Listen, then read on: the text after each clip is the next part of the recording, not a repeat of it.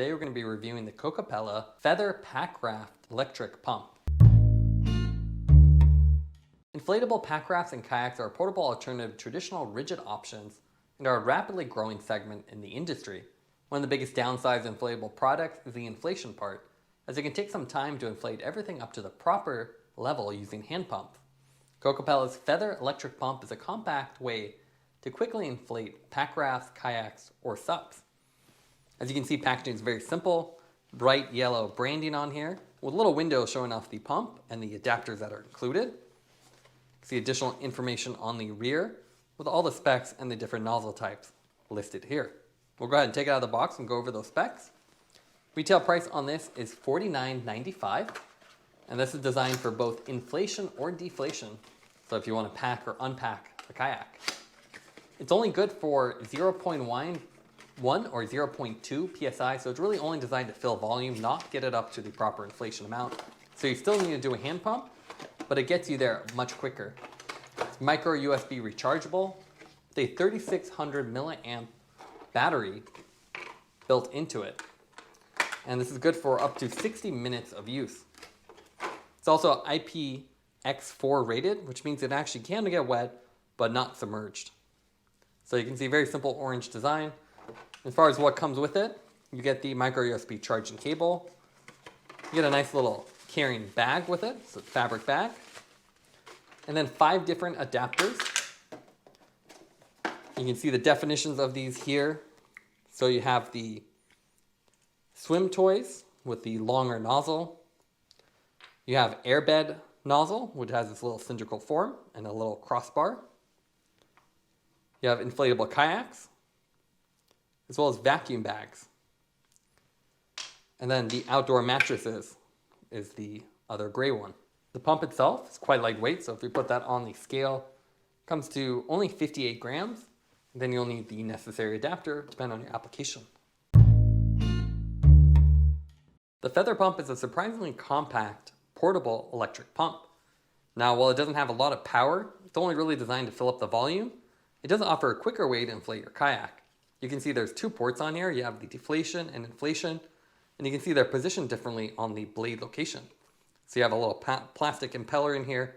Depending on which one you put it on, it'll either blow air through it or suck it out. It's a very simple design, and it has been updated from the original introduction to actually extend this little bar. And that means on the push-push valves, it'll actually push it down so you can leave it in the open mode. And then this will actually push it downward while you have it down there and inflate it. And then when you release it, it'll go back to a locked position so you won't lose any air in the process. So a nice little improvement. You have a micro USB recharging port right on the side. It is only IPX4 rated, which means it is weather and water resistant, but not submersible in water. So you do have to put in a watertight bag if you do want to take it on the water. The power button is right here with this single location. And it's slightly raised, but low enough that it shouldn't get accidentally hit. They've designed a little bit of a delay, so you actually have to hold it. And then you can see it turns on after 3 seconds. Very simple design, it's not too loud. Kokopelli branding on the side. And that's about it. You have all the adapters too, so you can easily put them on there depending on your application. Here you can see the Feather pump in action. We're using it on our Kokopelli Twain Packraft. It has 2 chambers, one on the front and one on the rear.